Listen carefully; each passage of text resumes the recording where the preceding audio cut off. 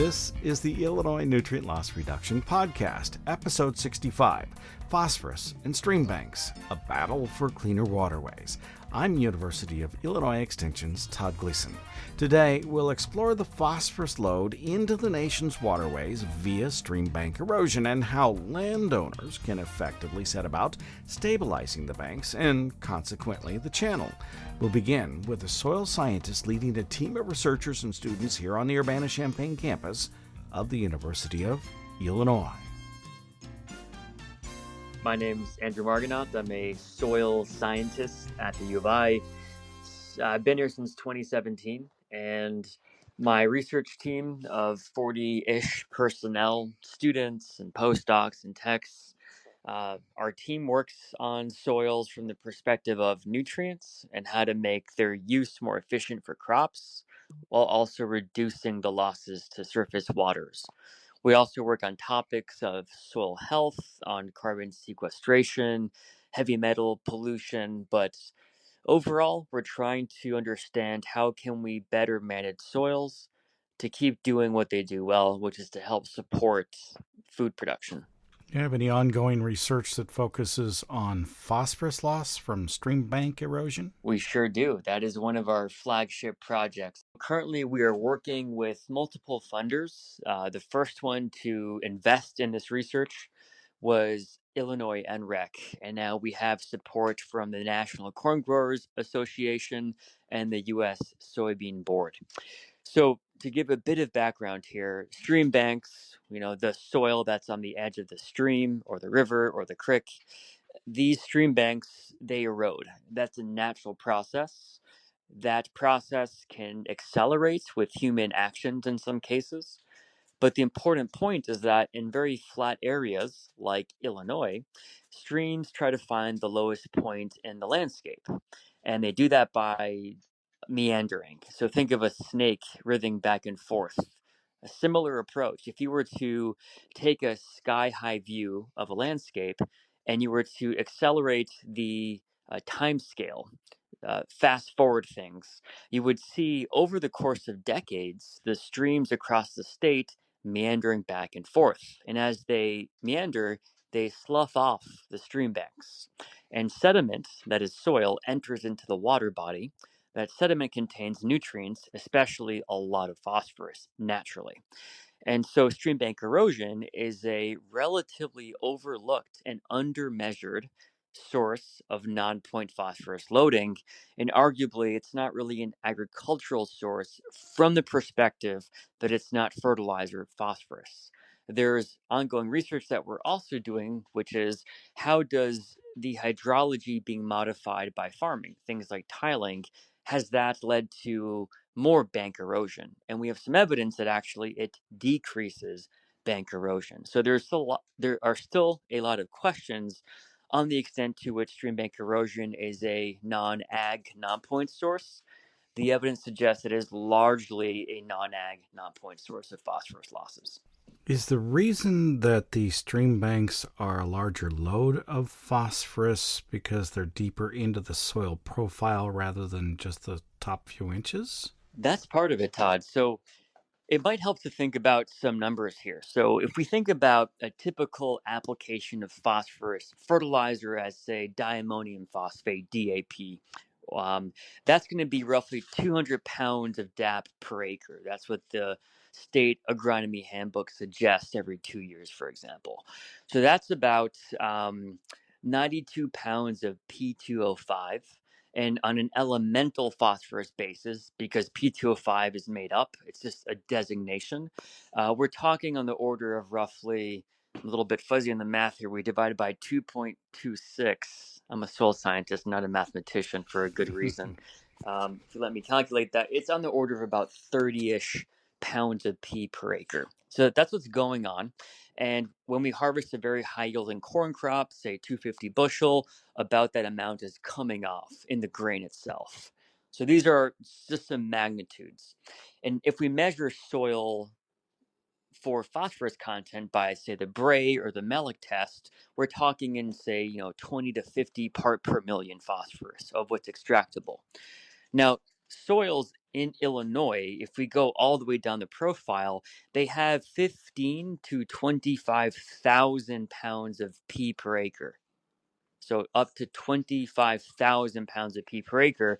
And that's because, Todd, yes, if you go all the way down the profile, along that depth-wise pathway, the total pee concentration is about 800 to 350 ppm. So the magnitudes of the native phosphorus, as some call it, is orders of magnitude higher than what we're applying as fertilizer.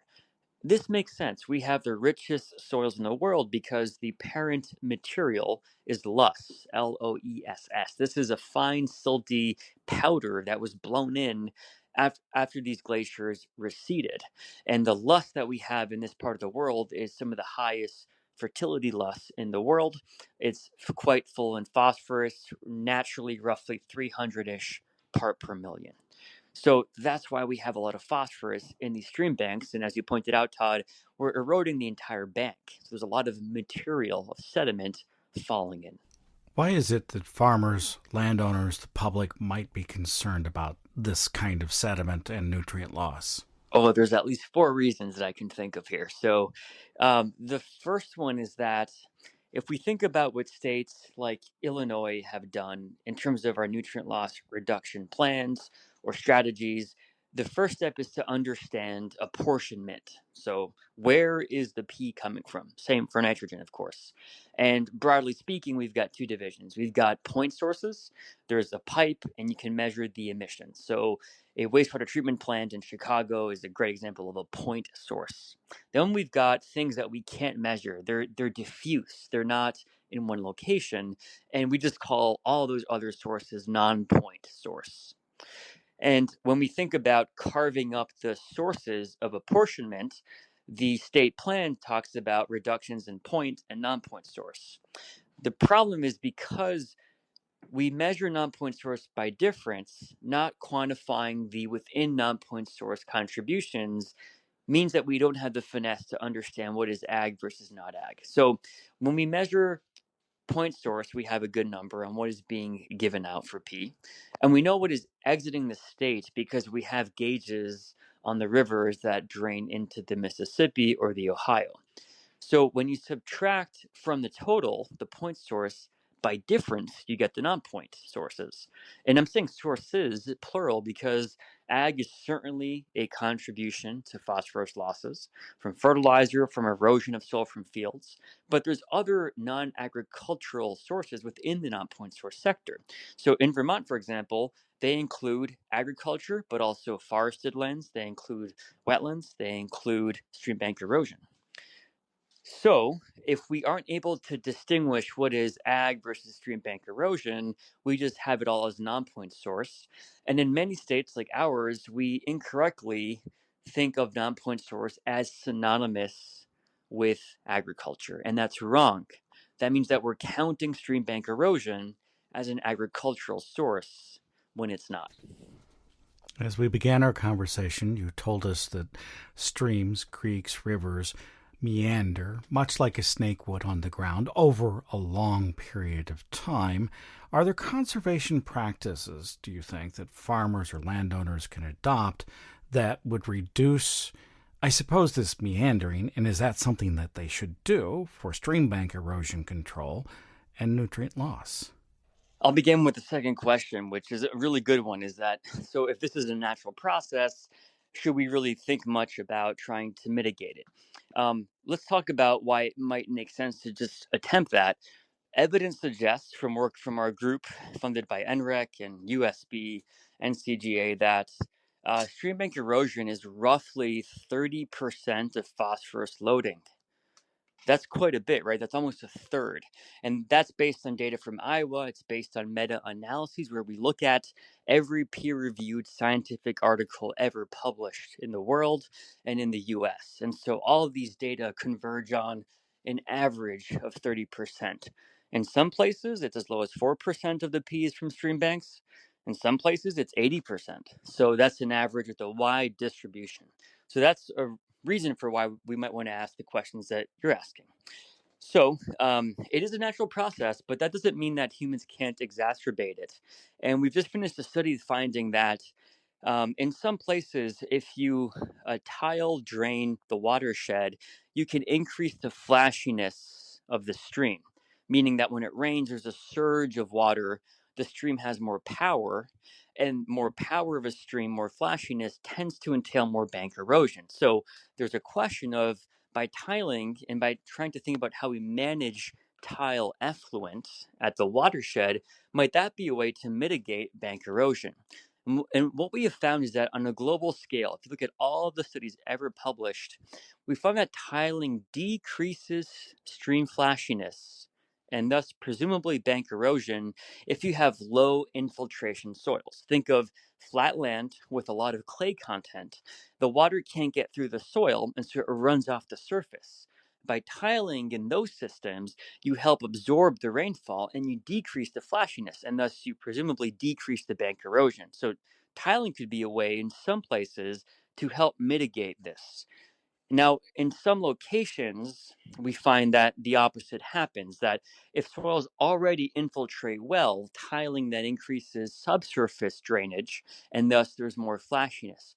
But on average, globally speaking, there's no effect of tiling on more stream flashiness and higher infiltration soil watersheds. So that's the first thing that has just emerged as of a month ago from our research. Now, I think that, of course, averages are nice, but context matters. So, what could farmers or landowners do is what you asked, Todd. There's, I think, two things. One that we know works, but is very expensive, is to shield or armor stream banks. This makes sense if you have a stream band where there is massive erosion and shielding or armoring. There's different ways of doing it. One that's very common is to put riprap. This could be, as NRCS did back in the 60s, old car hulls, used cars on the bank. Now we use concrete or even trees, dead trees, like Christmas trees, and these buffer the power of the stream water hitting the bank. But this is quite expensive. It's really not scalable. The other approach is to think about how we manage water with, say, wetlands, where if there's a drainage ditch with a lot of stream velocity and thus power, can it go into a buffer wetland that effectively slows down the water? The name of the game here is to slow the water down. No, that has not been studied, but I think it's a promising avenue. And the third approach is we might want to rethink about how we channelize ditches. So, ditches help collect all the water from the main tiles that drain. And a lot of times they've been channelized, they've been straightened by the US Army Corps of Engineers. The problem is that if you have a straight ditch, the water picks up velocity and it sloughs off a lot of erosion. So I think that's a low hanging fruit opportunity to try to rethink how we manage the ditches. And a lot of that is the Army Corps of Engineers jurisdiction. That's Andrew Margonaut. He's a soil scientist at the University of Illinois, located in Champaign on the eastern side of the state. We'll turn now to Trevor Toland, who lives in Macomb Township in McDonough County in western Illinois, where he raises beef cattle on permanent pasture, has cropland, and some hardwood forest. Now, Trevor admits he's a little older now and has a leasee who manages the cattle and the crops, though he's still in charge of mending fences and monitoring the water supply. The Lemoyne River snakes through his farm, and as you'll hear, he had it rip-wrapped to hold the river and the stream banks in place. Trevor says he's always been conservation-minded. I think so. Done several things over the years. We have a very large diversion terrace that goes completely across one corner of the farm. It's rather extensive, keeps water flow coming down off of the hillsides here, off of lower crop ground, and diverts that to a safe exit to the East Fork of the Lemoyne River. Do tell me some more about the East Fork of the Lemoyne River that runs through the farm and what you've done over the years to stabilize it and the stream banks. Yeah, the East Fork of the Lemoyne River runs right through the center of our property, so it's a significant part of our our whole landscape here, and we have quite a bit of floodplain.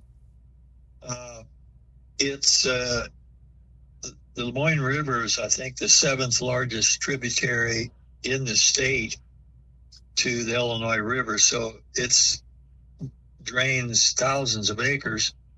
So the amount of water that comes down the river is significant. We have a couple of curves in the river here within our property, and the river, because it's silted in so much over the years, doesn't have very much volume. And when we get heavy rains, therefore the flooding happens pretty easily. And what the river was starting to do was, on those curves, instead of following the curve with high water, it was hitting straight off the curb right out into the land and cutting a new channel. So we needed to do something quickly to alleviate that problem. And that's the reason we went to the stream bank stabilization plan. What does that look like? What did you put in place? Yeah, it was rather extensive. We had three places, actually, two curves. Those were 250 feet each, and those required a half a ton of A5 riprap per foot. So the tonnage was significant. Then there was a third site near a cement bridge, an old cement bridge that we have, and the river is attempting to cut it across the end of the bridge and make that unusable. So we had about 175 tons for each of those 250-foot sections, and then another 75 tons for the bridge part. And then that, to get that rock close to those sites where a track hoe could put it in place was another issue.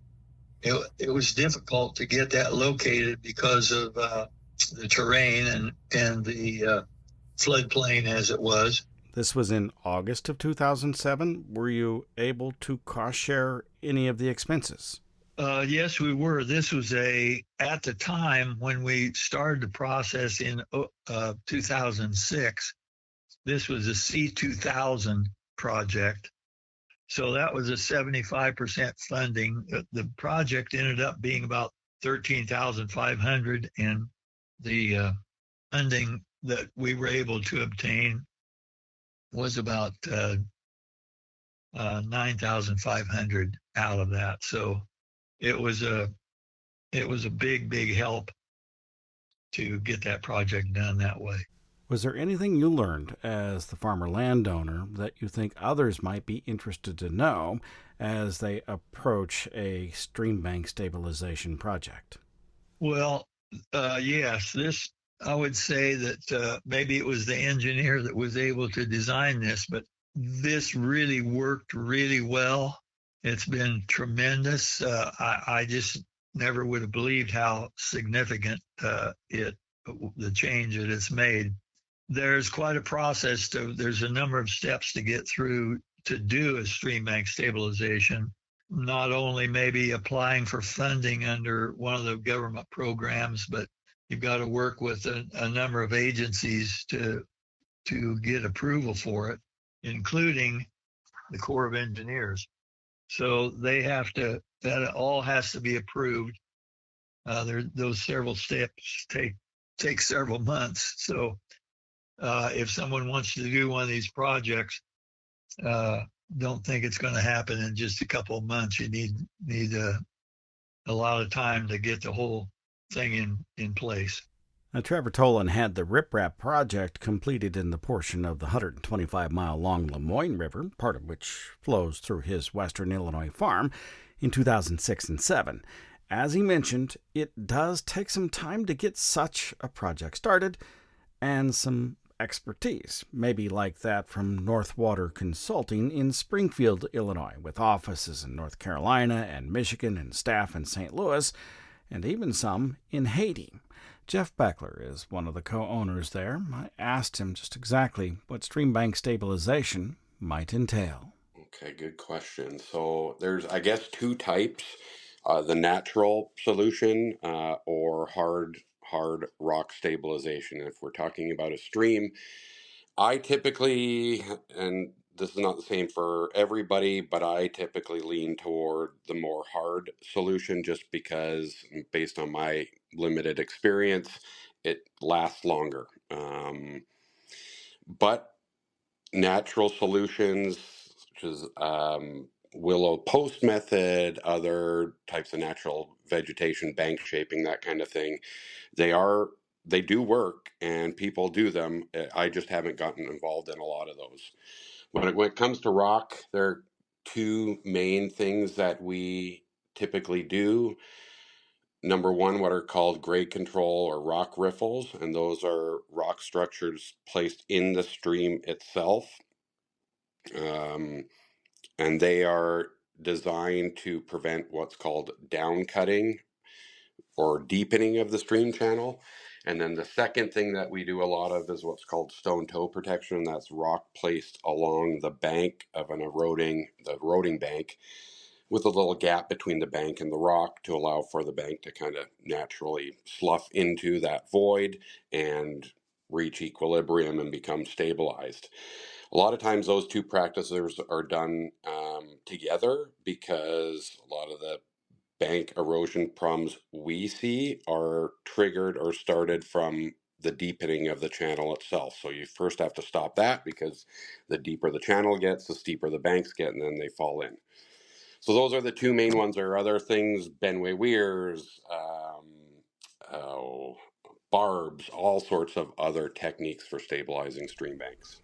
Interesting. I'm wondering, however, if the legalities, relatively speaking, because you're talking about access to these stream banks, might be as big a barrier, and that could be government-based. I'm thinking Army Corps of Engineers, and or just who happens to own the properties. That can be a challenge. Land ownership. If it's a private landowner and it's a costly project, it's challenging to get buy-in unless that particular landowner has a immediate need for the project and is willing to put up some dollars, even with grant money. So that can be a big challenge if you're trying to do severe eroding stream banks and it's on private property. Probably a little bit easier actually if it's owned by a municipality or park district or something, because they would have direct access to grant funds, and sometimes just working with them is a little bit easier. I don't find that permitting is a huge challenge until you get into very large projects that take you outside of what's called a nationwide permit and into an individual permit.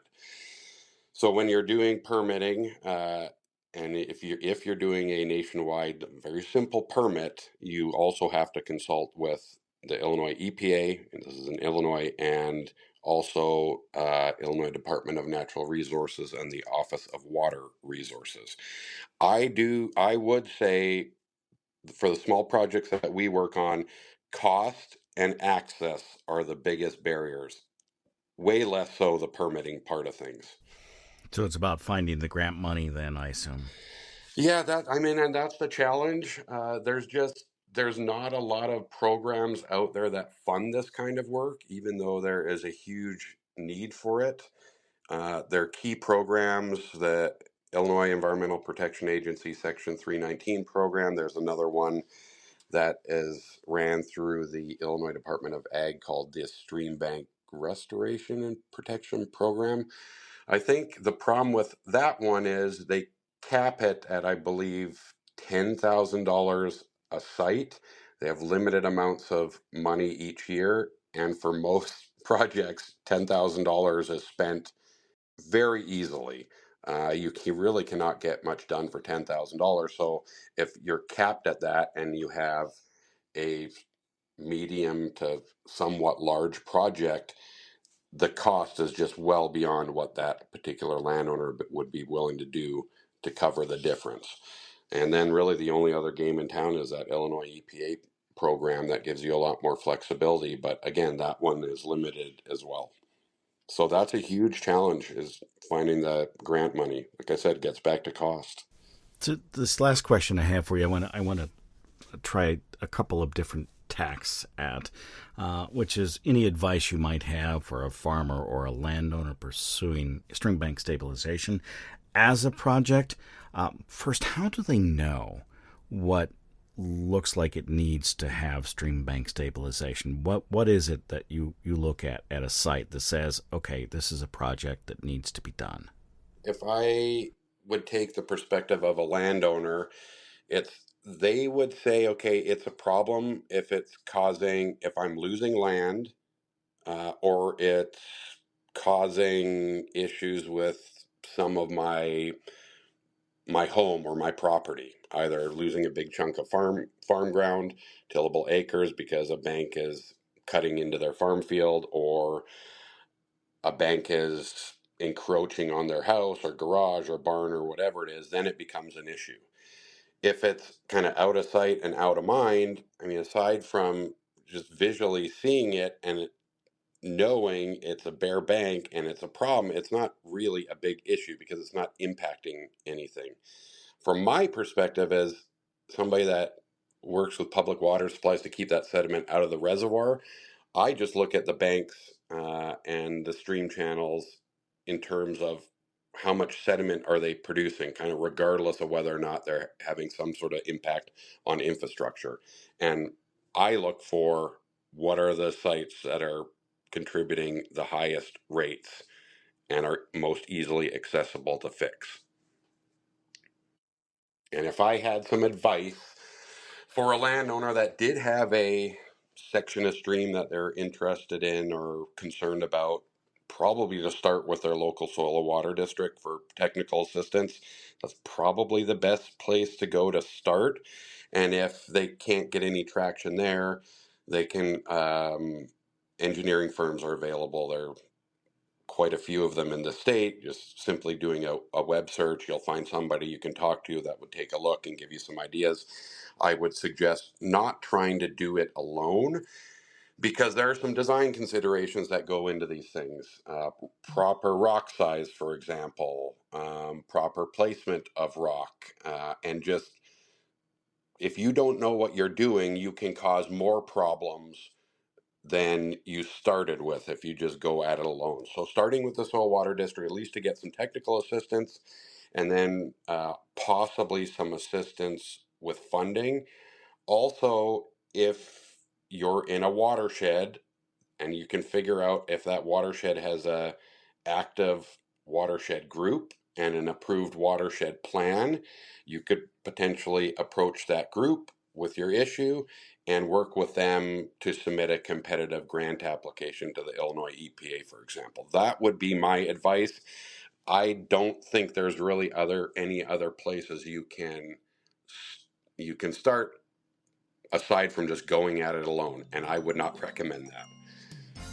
Jeff Beckler is a co-owner of Northwater Consulting. He's in Springfield, Illinois, and joined us on this episode 65 of the Illinois Nutrient Loss Reduction Podcast, Phosphorus and Stream Banks, a battle for cleaner waterways, along with McDonough County farmer in Western Illinois, Trevor Toland, and University of Illinois soil scientist, Andrew Margonaut. This program is produced in conjunction with Illinois Extension's Rachel Curry, Nicole Haverback, and Emma Eldridge.